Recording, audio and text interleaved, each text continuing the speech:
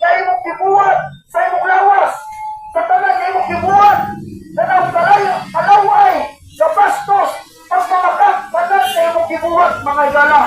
Kada, muli rason, na namatay, si Kristo Jesus, mga igala. Kaya ang Biblia, nagingon, the Bible says, in Romans chapter 3, verse 10 to 12, as it is written, there is no one good, no one is righteous, no, not one.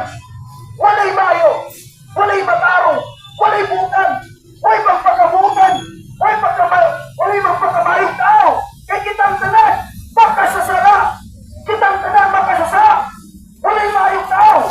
Kasi nagbuot ang mantok ang langit, kay bukan ka, matarong ka, di ka makawat, di ka maglugas, makasasala kitang tanan. Pareho na tanan, sala, pareho na tanan. Ug ang bayad sa sala, mga igala, ang bayad sa sala, kamatayon. Ang bayad sa sala, kamatayon. Ang bayad sa sala, kamatayon. Mabot ang panahon, ikaw o ako, mamatay. Kitang tanan, mamatay. Ang imong anak, mamatay. Ang imong ginikanan, mamatay. Ang imong igsoon, mamatay. Imong lula, mamatay. Kaya ang bayad sa sala, kamatayon, mga igala.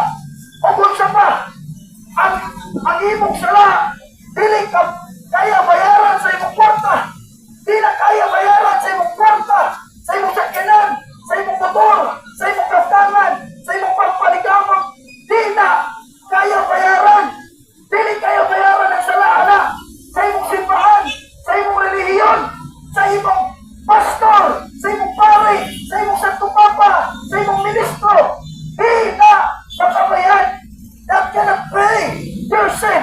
Di na makabayad sa imong sala. Kaya nga naman, usalan ang manluluwas, usalan ang makaluwas.